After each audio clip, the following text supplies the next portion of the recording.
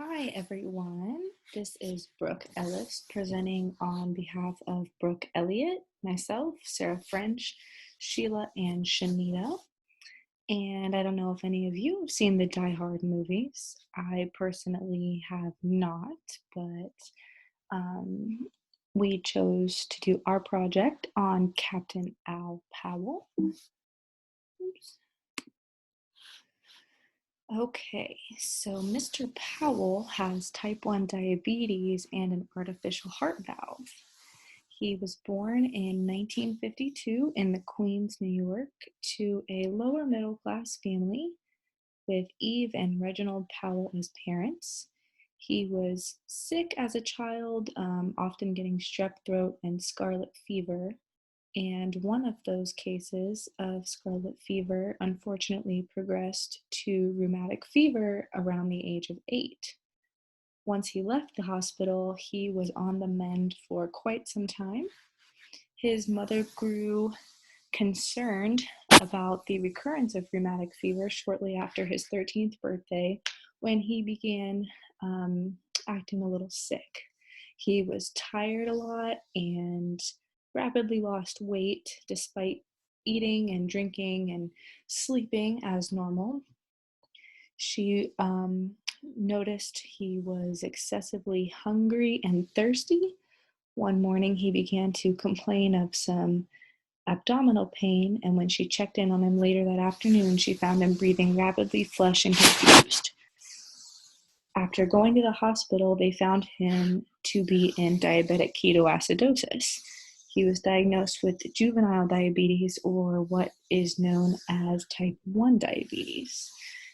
He was dismissed from the hospital a week and a half later with a new life requirement, daily insulin injections. He had gone to the dentist not too frequently, and when he did go, it was fix what was wrong rather than prevent the wrong. Later on in life, Al married his high school sweetheart, Harriet Winslow, at the age of 20 and moved with her to California to be with her family. He struggled to find employment in California that he liked, and he did have multiple jobs through his 20s, but at age 32 was accepted by the LAPD. He felt he had finally found his calling. Sadly, however, there was a tragedy. Once he started working there, after he'd been there for about 2 years, he mistook a toy gun for the real thing and shot a young boy, unfortunately ending his life. He struggled for a while after that and decided to take a promotion to sergeant so he could lead a cushy life behind a desk and not worry about erroneously firing his weapon again. About a year later, on Christmas Eve, Sergeant Powell was adjusted to the new role and had a new excitement in his life. First baby on the way, yay! His shift had ended and he was stopping off for some sweet treats for his pregnant wife when he received a call to check out a reported disturbance at the new Nakatomi Tower. He quickly realized all was not well there and called for backup. Help indeed arrived, but access into the building couldn't be gained. As the situation unfolded, Al had made a great connection over the radio to street-savvy hostage nicknamed Roy, who was on the inside of the building wreaking havoc on terrorists. He highly suspected Roy was a police officer too and did everything he could to aid Roy from outside the building. Al's suspicions were confirmed when Roy was identified as John McClane of the NYPD. Al had his moment of heroic glory as the wild night drew to a close. A lone remaining terrorist was about to shoot his new friend John McClane when Al instinctually drew his sidearm and fired the final shots of the night, killing the man. It was clear his lost faith in his abilities as an officer was restored. He returned to street work for a time and began rising through the department. As a city employee, he has great benefits, including medical and dental insurance. This full dental coverage enabled him to get caught up on necessary restorations, as well as get on a more preventative schedule that he lacked in his childhood. Once Al started aging and approaching 40s, mid 40s, he began to notice his health declined. He was weak and tired and had difficulty breathing, which started out as something that only happened after exertion, but progressed to happening all the time, even when lying down. Worried he was about to have a heart attack, Al went to a cardiologist who diagnosed him as having heart failure and mitral valve stenosis as a result of rheumatic fever from his childhood. He was placed on medications to try and manage the condition, but the doctor warned him there might be a time where he would need to undergo valve replacement.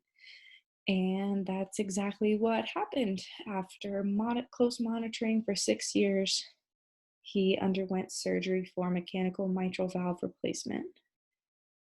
Captain Al Powell is the kind of patient you want to have in your chair. He's always smiling and enjoys catching you up on his children and now grandchildren's lives.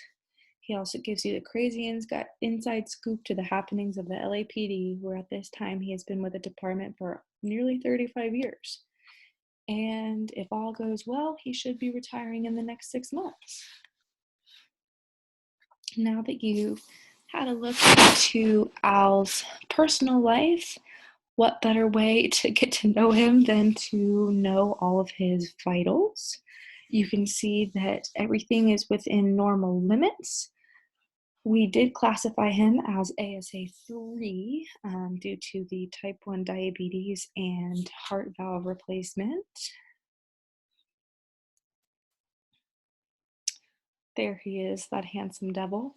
He has risen from lower middle class to middle class. Guess the LAPD pays pretty well.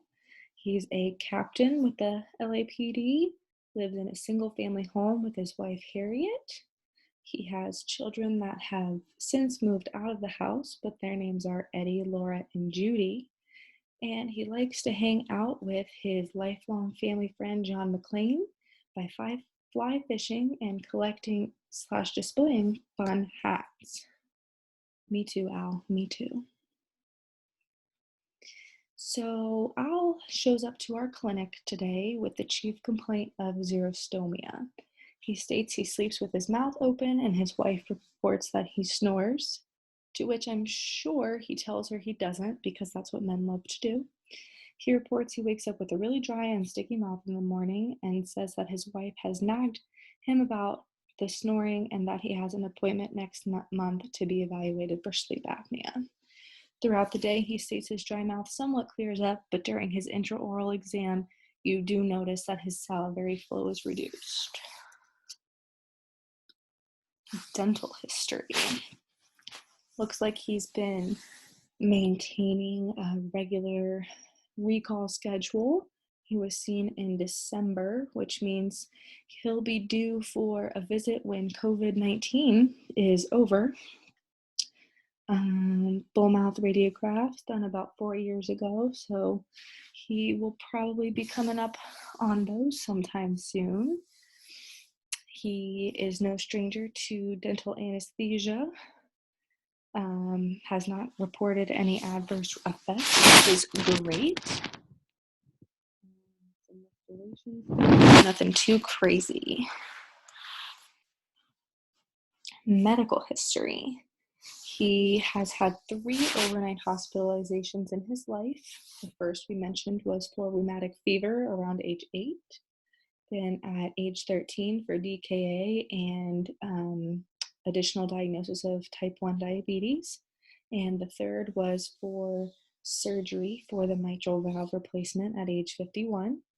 He does check in with his cardiologist as he's supposed to, and that was last done on the 23rd of March.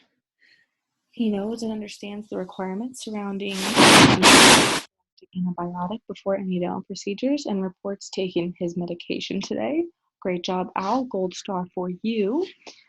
He doesn't have any allergies or any major stress from past dental procedures that he is aware of. He reports that he ate an English muffin, egg, and tomato slice for breakfast with coffee and cream, but no sugar. He has not eaten lunch today. And there you can see some statistics from his last medical visits, about his A1C and INR.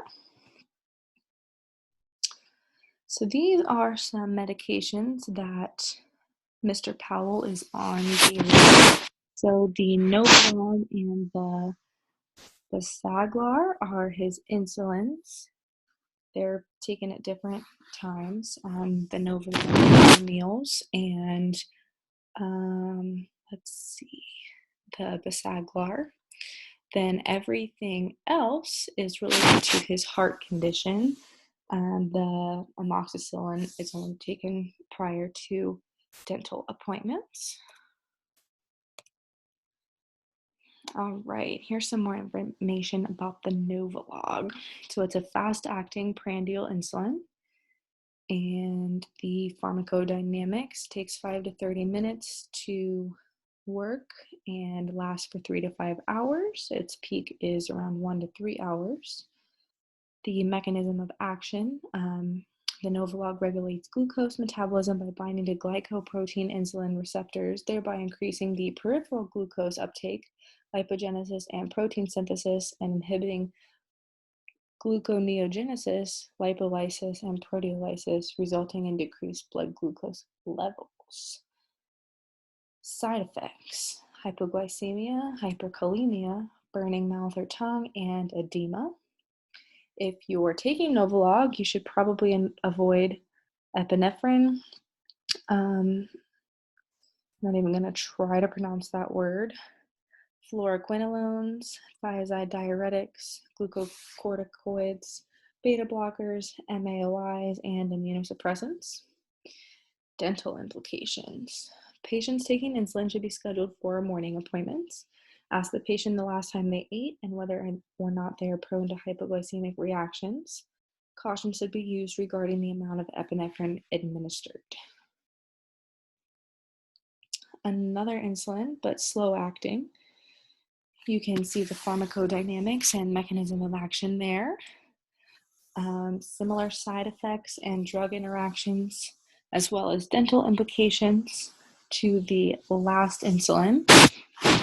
Insulin regulates glucose metabolism by binding to glycoprotein insulin receptors, thereby increasing peripheral glucose uptake, lipogenesis, and protein synthesis, and inhibiting gluconeogenesis, lipolysis, and proteolysis, resulting in decreased blood glucose levels. The digoxin, a cardiac glycoside, it reversibly inhibits sodium potassium ATPase, an enzyme that regulates the amount of calcium, sodium, and potassium into heart cells. Inhibition of ATPase leads to an increase in the intracellular concentration of sodium and a corresponding increase in the intracellular concentration of calcium. This results in an increase in cardiac contraction. You might experience tachycardia, arrhythmia, hypokalemia, and/or nausea, vomiting. There is an interaction between this medication and thiazides, loop diuretics, erythromycin, clarithromycin, tetracycline, benzodiazepines, sympathomimetics, and NSAIDs. What's important to us as future dental hygienists is to limit the amount of local anesthetic cartridges, no more than 2. Ask patient about symptoms of orthopnea, coughing, and wheezing. These are symptoms that can precipitate acute pulmonary edema, the medical emergency associated with heart failure. Warfarin, also known as Coumadin, is an anticoagulant and vitamin K antagonist. It's an anticoagulant and vitamin K antagonist. It retards coagulation and extends clotting time by inhibiting clotting factors 2, 7, 9, and 10. You might experience increased bleeding, increased risk of fracture in geriatric patients, mouth ulcers, xerostomia, and taste disturbances. metronidazole, fluconazole, zithromycin, erythromycin, clarithromycin, and NSAIDs all have drug interactions with this medication. A medical consult is indicated for patients taking this medication. INR levels must be obtained within 72 hours of perio procedures, and monitor any signs of excessive bleeding or ecchymoses. Evaluate salivary flow and check for any indications of xerostomia. Use caution with regional nerve blocks. Aspirin, which we have learned quite a bit about this semester. It's a salicylate, antiplatelet, and anti-inflammatory. It inhibits arachidonic acid with a greater effect seen on COX-1 than COX-2. The inhibition of COX-1 results in a decrease in thromboxane A2, thereby inhibiting platelet aggregation. This antiplatelet effect is maintained for 7 to 10 days due to the irreversible bond between the acetic acid in aspirin and platelets. Due to this medication, you may experience increased bleeding, ulcers, GI upset, heartburn, and headache. Other anticoagulants, NSAIDs, SSRIs, methotrexate, and thiazolidinedione are some drug interactions. Due to the potential for increased bleeding, appointments should be scheduled as far out as possible from the patient's last dose of aspirin, as mentioned, 7 to 10 days. Aspirin can be used concomitantly with anticoagulants as part of a blood thinning regimen prescribed by their physician. However, increased dosing for analgesic relief is contraindicated. Amoxicillin, everyone's favorite. I don't know if it's everyone's favorite, but I kind of like it. Anyway, it's an antibiotic. It's a broad spectrum penicillin. It is an aminopenicillin and a beta-lactam antibiotic. Beta-lactams inhibit transpeptidation by bonding to penicillin-binding proteins. This activates lysis within the cell wall and ultimately results in destruction of the bacteria.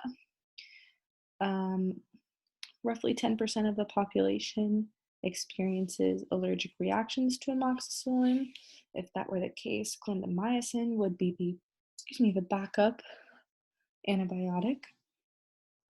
By taking amoxicillin, you're at risk for pseudomembranous colitis, GI upset, candidiasis or oral thrush, black hairy tongue, and tooth discoloration or staining.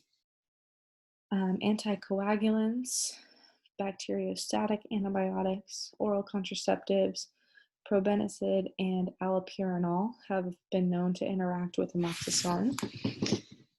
Antibiotics can increase the risk of candidiasis in superinfections. Brown, gray, or yellow tooth discoloration is also a rare but potential side effect with direct dental implications. All right, you conduct an EO-IO exam. You notice some scattered macules on the face.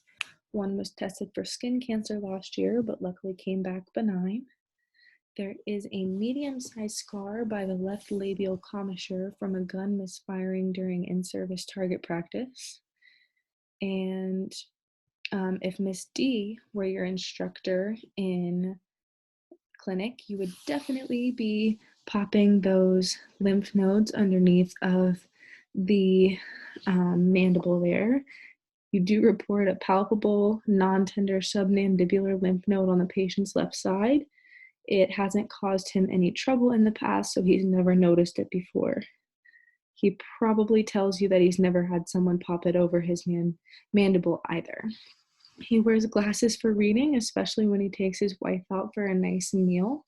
What a gent. Inside his mouth, you notice wear on the maxillary and mandibular anteriors from nail biting.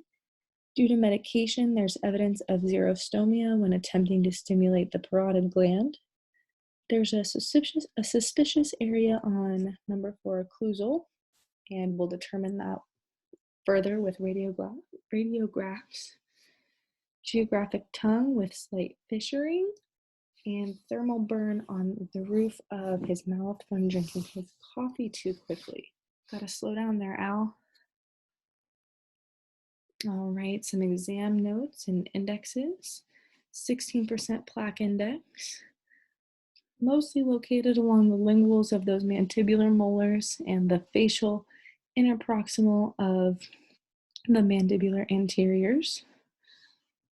You notice some calculus along the lingual mandibular anteriors in section 5. Bleeding index is 38%.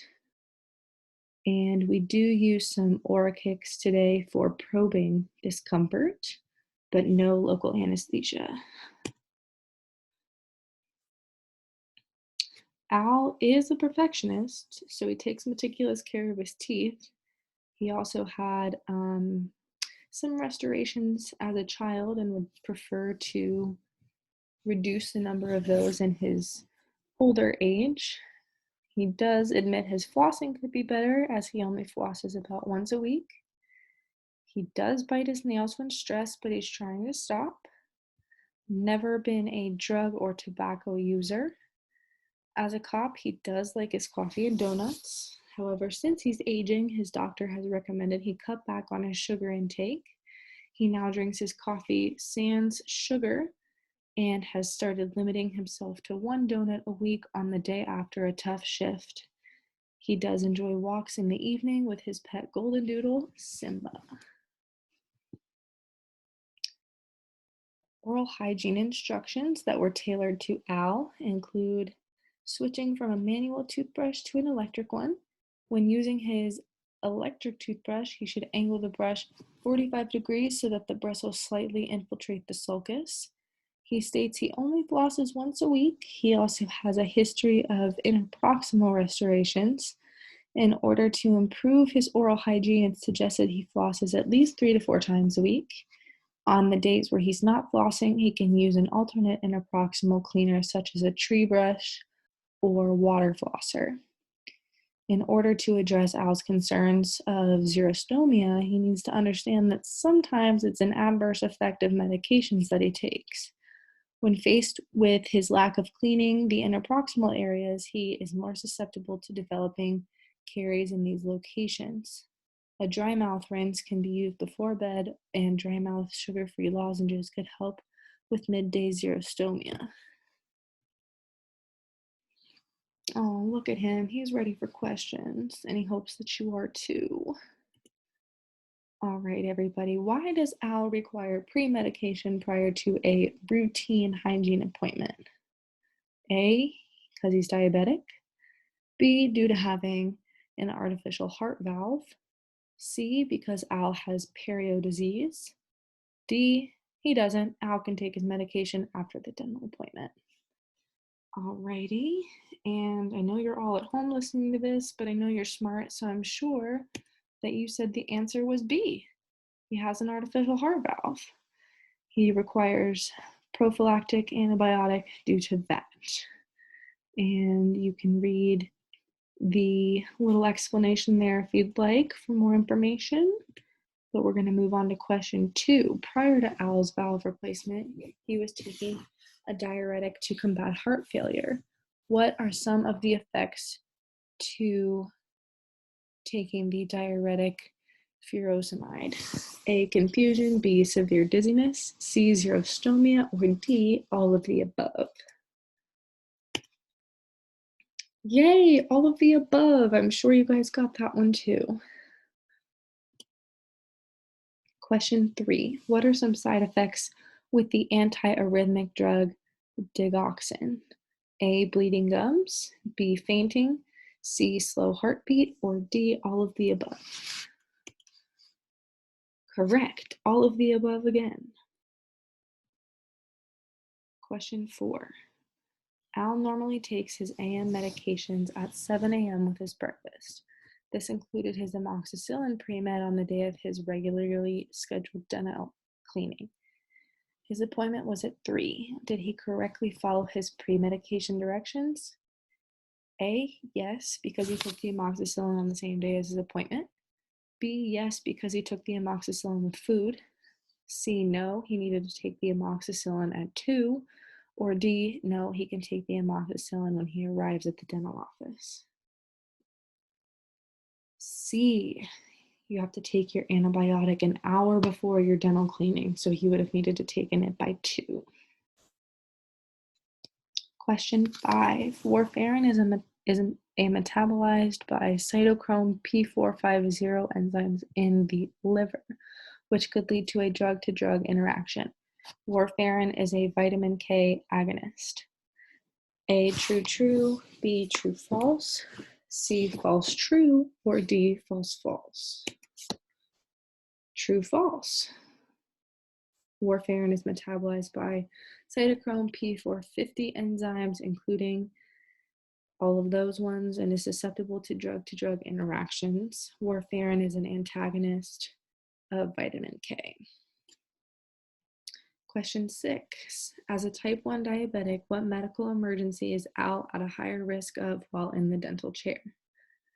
A, hyperglycemia, B, hypoglycemia, C, arrhythmia, or D, angina. B, hypoglycemia. As a type 1 diabetic, Al is required to take insulin as his medication of management daily. If he hasn't eaten before treatment, it's possible that his glucose levels may drop too low during treatment and he could become hypoglycemic. Choose the best answer. If Al should become hypoglycemic while in the dental office, how should you respond? Have him stand up to clear his head. B, request Al measure his blood glucose and administer insulin. C, provide Al with some glucose gel. Or D, provide Al with a sugar packet. C, Al should be provided with some glucose gel. Question 8. What are some adverse effects epinephrine can have on patients that take insulin? A, decreased insulin secretion. B, cellular repair of beta cells. C, greater increments of plasma glucose. D, A and C, or E, none of the above. The answer is D, A and C. Epinephrine can have an adverse effect on patients who are insulin-dependent diabetics, including a decreased amount of insulin being secreted. Al is type 1, which would indicate his pancreas does not produce insulin. However, this is relevant to patients who are insulin-dependent type 2 diabetics as well. If Al was allergic to penicillin, which of the following antibiotics is not contraindicated in patients taking warfarin? Erythromycin, clindamycin, clarithromycin, or metronidazole? B, clindamycin. Al is taking digoxin, a cardiac glycoside, which has a narrow therapeutic index. If Al required any local anesthetic, he should not receive more than 2 cartridges of 1 to 100,000 epinephrine. A, true, true. B, true, false. C, false, true. Or D, false, false. True, true. As a child, Al was told that he has an autoimmune disease that has damaged the beta cells in his pancreas, rendering his body unable to produce insulin. These conditions align with what disorder of the body? A, type 2 diabetes, B, gestational diabetes, C, pancreatitis, or D, type 1 diabetes. D, Al is a type 1 diabetic. This is an autoimmune disease that has attacked the beta cells in his pancreas. The beta cells are responsible for producing insulin, which helps the cells take up the glucose that is broken down from the foods we eat for other metabolic functions. Question 12. We're getting to the end here, guys. INR stands for intraoral neutrophil ratio. As diabetics with an INR percentage over 8% have delayed wound healing, it's important that they have their white blood cell count checked 24 to 72 hours before their appointment. A, true, true, B, true, false, C, false, true, or D, false, false. False, false. INR stands for International Normalized Ratio, and the goal for diabetics is to have a hemoglobin A1C of 7% or lower. The INR for a cardiac patient is checked within 24 to 72 hours of an appointment to assess bleeding because they may not have normal blood coagulation.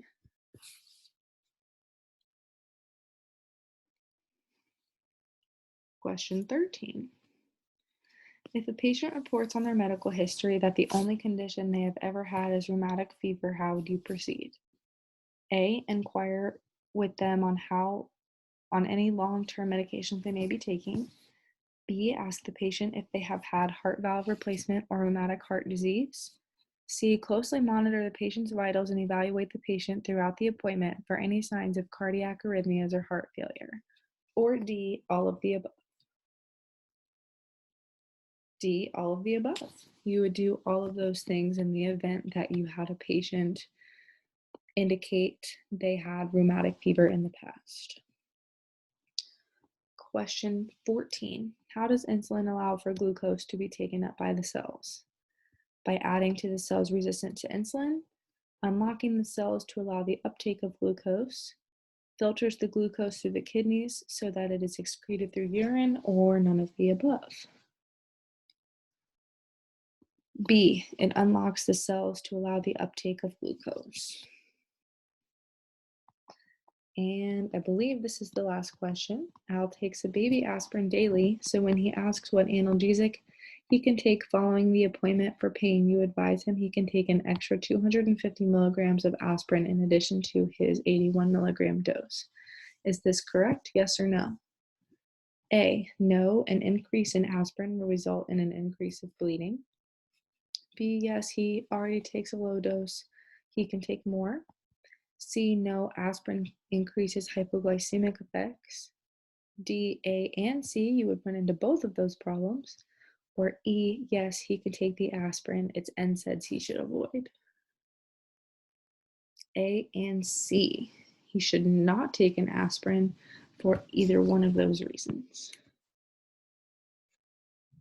And there's Al pictured there with his family.